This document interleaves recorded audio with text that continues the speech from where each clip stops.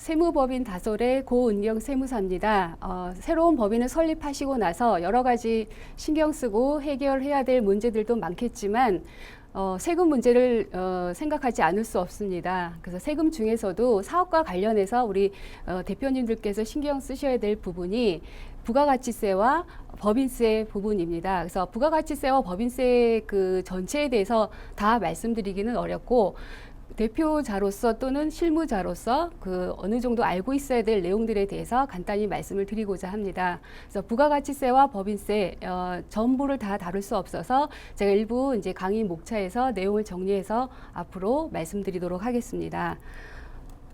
먼저 부가가치세를 보시면 현재 우리나라 현행 부가가치세에 대한 제도에 대한 이해가 조금 필요하시고요. 그다음에 납세 의무자, 그다음에 그 납세 의무자 유형에 있어서 우리나라 영세율과 면세 제도에 대한 설명도 좀 드리려 하고요. 과세 표준과 세율, 그다음에 부가가치세 신고 및 납부를 언제까지 해야 하는지, 그리고 세액 계산 흐름, 그리고 가장 중요한 부가가치세에서 가장 중요한 세금 계산서와 전자세금 계산서 제도에 대해서 말씀을 드릴 겁니다.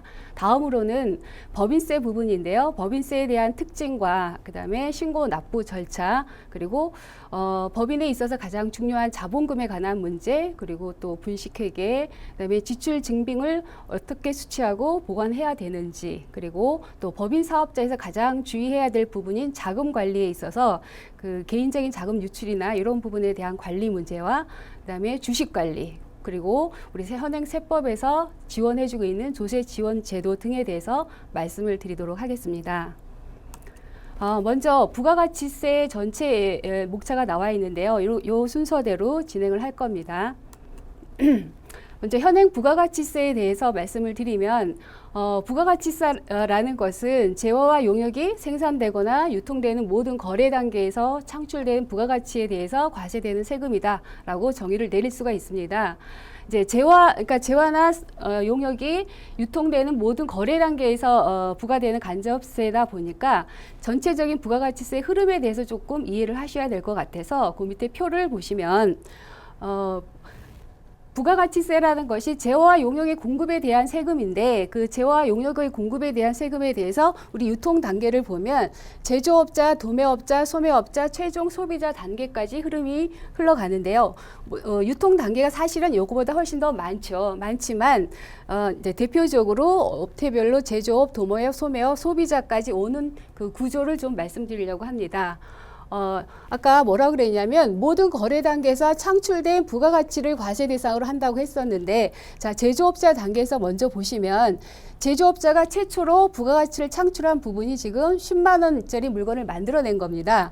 그래서 10만 원짜리 물건을 만들어내서 이 물건에 대해서 도매업자에게 이렇게 판매를 하죠. 판매를 하면 물건 가격은 10만 원이고 제조업자가 최초로 창출한 부가가치는 10만 원이기 때문에 이 제조업자가 납부해야 될 세금은 그 창출한 부가가치에 대한 10%인 만 원의 부가가치세를 납부해야 합니다. 그런데 이 만 원이라는 돈은 도매업자에게 판매를 할 때 도매업자로부터 만 원을 거래 징수해서 받아서 내는 세금입니다. 따라서 제조업자가 본인의 돈으로 부담한 금액이 아니고 판매를 할 때, 공급을 할 때 그 소비자로, 이 도매업자로부터 받은 금액을 납부하는 것이죠.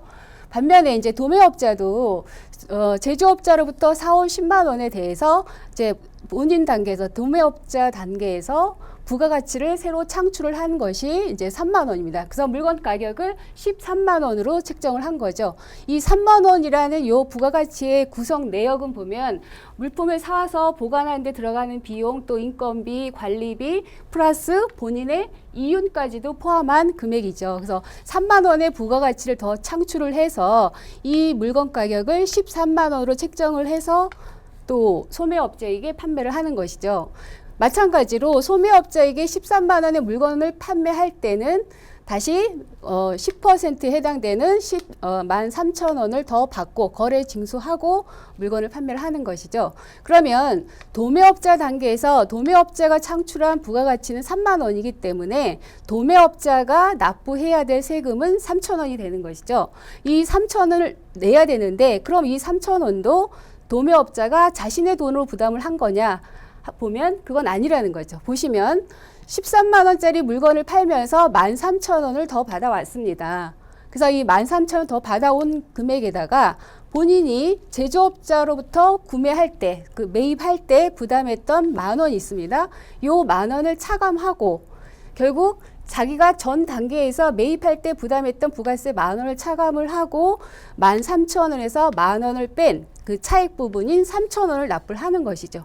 결국 요 3,000원도 결국 뭐냐면 도매업자가 창출한 부가가치 3만 원에 대한 세금이라는 겁니다. 그래서 3,000원 부담을 납부를 하는 것이고요. 자, 소매업자도 13만 원짜리 물건 사와서 요거를 최종 이제 소비자에게 판매할 때 소매업자는 이제 결국 최종 소비자를 주로 상대로 하죠. 그래서 물건 가격을 20만 원으로 책정을 했다. 그러면 13만 원짜리 물건이 20만 원이 돼서 소매업자 단계에서 창출한 부가가치는 결국 7만 원이 됩니다. 물론 이 7만 원의 내용이 아까 말씀드린 것처럼 여러 가지 관리 비용에다가 본인의 이윤까지 포함한 금액이 되는 것이죠. 그래서 아까와 같은 구조로 소매업자도 20만 원의 물건을 팔고 13만 원짜리 물건 사올 때 부담했던 13,000원 차감하고 그래서 이 7,000원에 대한 부가세를 납부하게 된다. 그래서 결국은 부가가치세를 납부하는 사람들은 다 제조업자, 도매업자, 소매업자, 즉 사업자들이 납부를 하게 됩니다. 그래서 납부를 했는데 그럼 이 사업자, 제조업자, 도매업자, 소매업자가 납부한 요 세금은 결국 다 어디서 나온 것이냐? 자, 최종 소비자를 한번 보시죠. 최종 소비자는 20만 원짜리 물건을 사오면서 20만 원만 주고 사올 수가 없습니다. 그래서 물건 가격의 10%인 2만 원을 부담하고 물건을 사오는 것이죠. 결국 최초 단계, 제조업자 단계에서 10만 원이었던 물건 가격이 최종 소비자 단계까지 오고 나면 부가세 포함해서 22만 원의 물건 가격이 형성이 되어집니다. 이 부가가치세 구조에서 보시다시피 이 단계가, 유통 단계가 더 늘어나면 늘어날수록 물건 가격은 더 올라갈 수밖에 없고, 그죠? 그래서 각 거래 단계마다 계속 부가가치가 창출됨으로 인해서 거기에서 부가가치세를 납부하게 되고 그에 대한 모든 세금은 고스란히 가장 마지막 단계에 있는 최종 소비자가 물건 가격에 포함해서 부담을 하게 되는 거죠. 2만 원.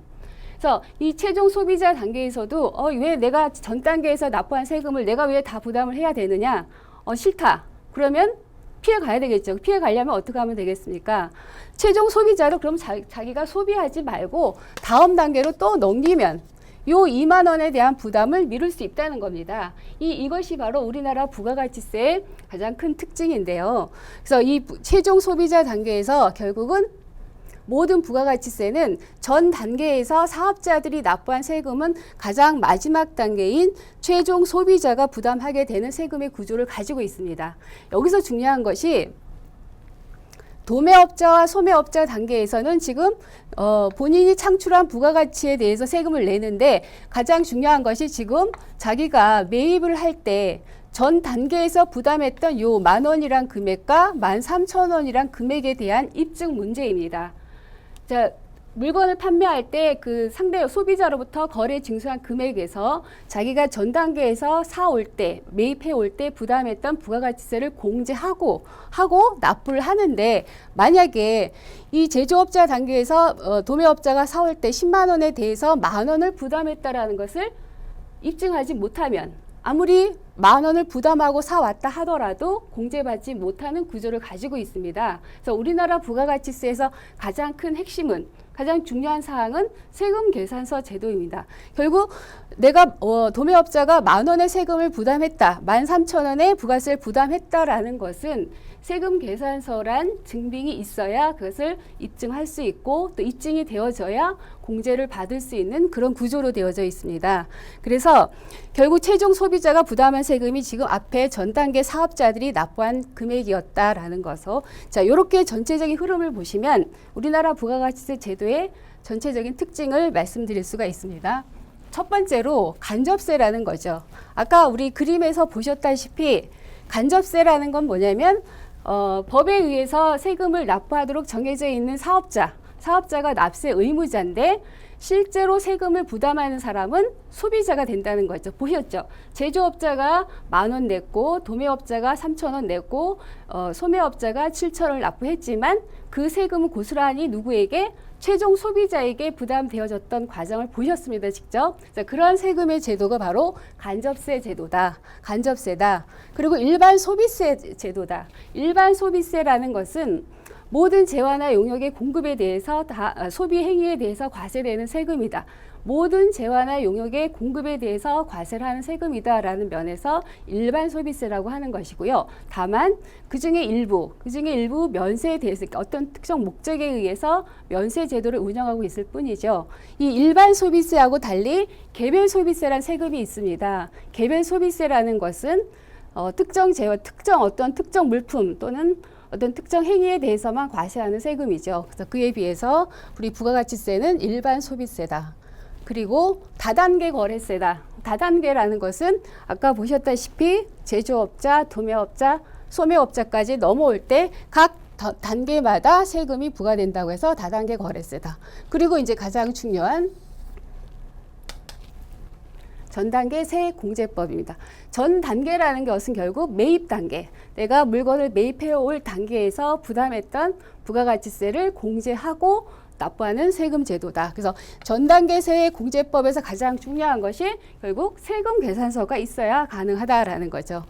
그래서 우리가 강의를 진행하다 보면 아시게 되겠지만 그 세금 계산서 제도로 인해서 여러 가지 문제점들도 나타나고 있는데요. 자료상 문제라든지 그런 것들이 이제 요 뒤에 설명을 하면서 말씀드리도록 하겠습니다. 그리고 세부담 역진성이라는 것은 똑같은, 그러니까 100만 원짜리 물건을 구매를 하든 1,000만 원짜리 물건을 구매를 하든 똑같이 10%의 세금을 부담해야 하다 보니까 구매력이 더 큰 10배의 구매력을 가지고 있는 사람에게도 똑같은 세금이 부과가 돼서 이 세부담이 역진적이다. 그래서 이 세부담의 역진성을 또 완화하기 위해서 우리 세법에서 면세 제도를 두고 있습니다.